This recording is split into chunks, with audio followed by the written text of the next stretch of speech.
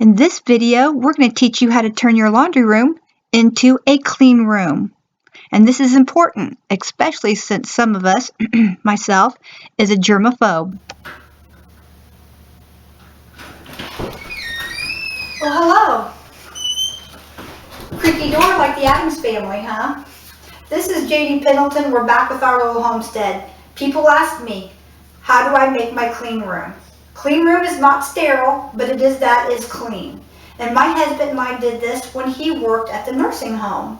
And he would come in, they'd have MRSA and all kinds of things at the nursing home, the colds, the flus, C. diff, they'd have all kinds of things. So when he would go on his rounds or his visits at the nursing homes, we had this thing, because we had a lot of children at home, we decided that the mudroom coming in from the garage, since it had the washer and dryer, it would be our clean station. And then nothing would go past the mudroom doors into the house that had been on the outside world. And that way I'd only have to clean one area really well with bleach sprays or bleach wipes.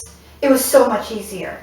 So, and he always had a pair of shoes that stayed in the mudroom and went to the outside world, and then a pair of shoes like slip-ons or another pair of shoes that he could wear in the rest of the house. So the most important part was the hand washing, getting the clothes off and into the washing machine, getting some soap in it, get it going, and the shoes. Most important part. So the most important thing, bleach wipes.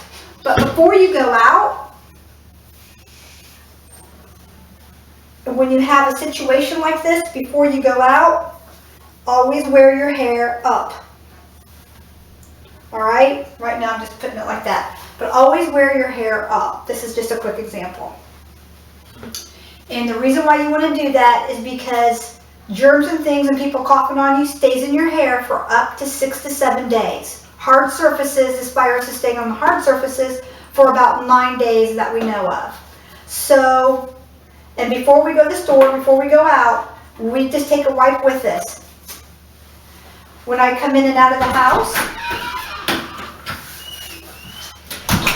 or whoever comes in and out, the light switches, whatever, the alarms, whatever, they all get hit. The kids are down low, the adults are up high, and a lot of people just shut the door like that, they actually don't use the knob. So I'd be sure that I hit it off. Alright?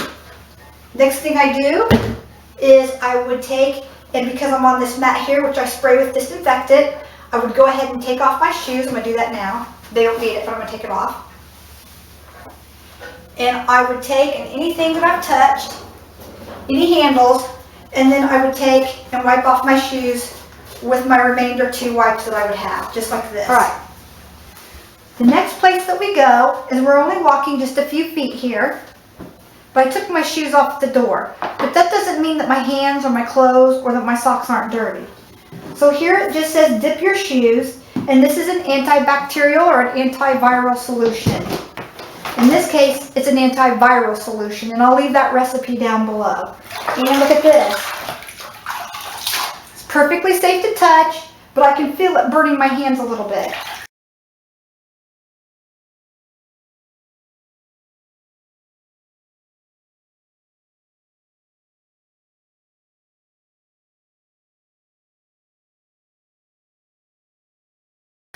That might be a good thing, right? Okay, so all the shoes here you can see are on this mat.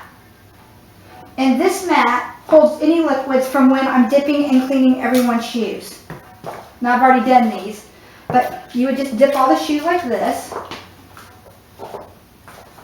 Okay, anybody that's been out for the day, dip their shoes just like that. I'm not doing mine because I haven't been out and I don't want my shoes wet. But I guess it doesn't hurt. Okay, there's your shoe thing right there. Doesn't matter to pile them up. But anyway, you'd actually leave your shoe in here for a few more seconds. Takes about 15 to 25 seconds to actually kill anything on the shoe. And if you want, you can get the whole shoe done, just in case anybody's coughed or done anything on top of your shoe. But for me, it's about carrying things on into the house. So we never, and this is important, we never use, and I'll put it over here, we never use the same shoes that's in the outside world on the inside of the house. And we've always been this way. This is how the kids were raised. Now when my husband comes in here, he's going to do the same thing. So now I'm going to take a little bit of this water and the Clorox wipe, and I'm just going to mop where I came in right now. Here I'd close the blinds, get undressed, throw my clothes into the machine, fill up the machine. And like I said, it's empty right now, but our robes usually hang from this bar right here. You can see I have some extra sacks in here, grocery sacks, in case we need them to tie anything up in. And then while that's working, then I might even go through here and fold a load of clothes while I'm in here. So I can take them up with me. And then at this point, there's my shoes. This is our command station. I know it's hard to see. Got the mail. Everything gets wiped off. Nothing, not even mail, goes into the house. It all stays right here, and it goes into the garbage bin just right here around the corner, right here. And then there's our schedule. And then right here is all coats and purses. And coats and purses all get wiped down too, especially the handles or wallets, anything along that line.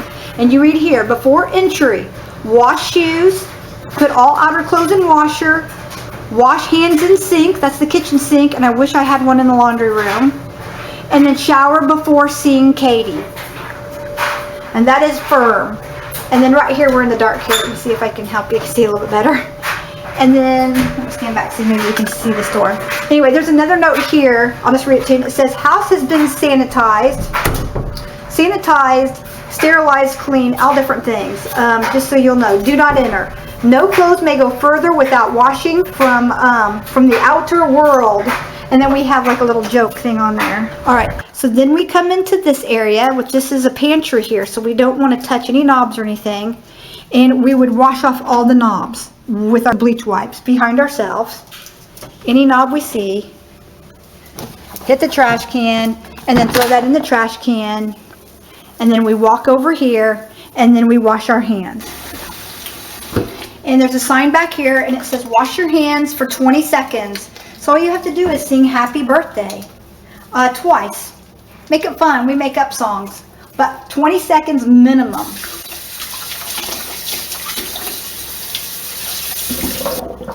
Now people will ask me, should I use paper towels? Should I air dry my hands? Your hands should be dry before you touch anything because germs stay in the water. But use a cloth or a towel. Do not use an air dryer, because air dryers at the stores and the shops will hold bacteria. Believe it or not, they do. So they're very dangerous for you. Don't use the air dryers. After washing your hands for 20 seconds, and we do it for about a minute. Cold to hot water doesn't matter, so as long as you get your hands really soapy. Soap and water, it works. It works. You should be doing this anyway, okay? So now you can touch the refrigerator and stuff like that at this point, but your clothes are still, you're still somewhat naked in a robe. You go on upstairs and you take a shower. This is Bo. I call him Two Socks. Yeah, you're Two Socks. He's part husky, part lab. So now we come through here. And we go up here, take our shower, come back down, dressed, and we're ready to stay in the house. And Jacqueline, am I very particular about our routine? Yes. Yes. You see that fear of God in her?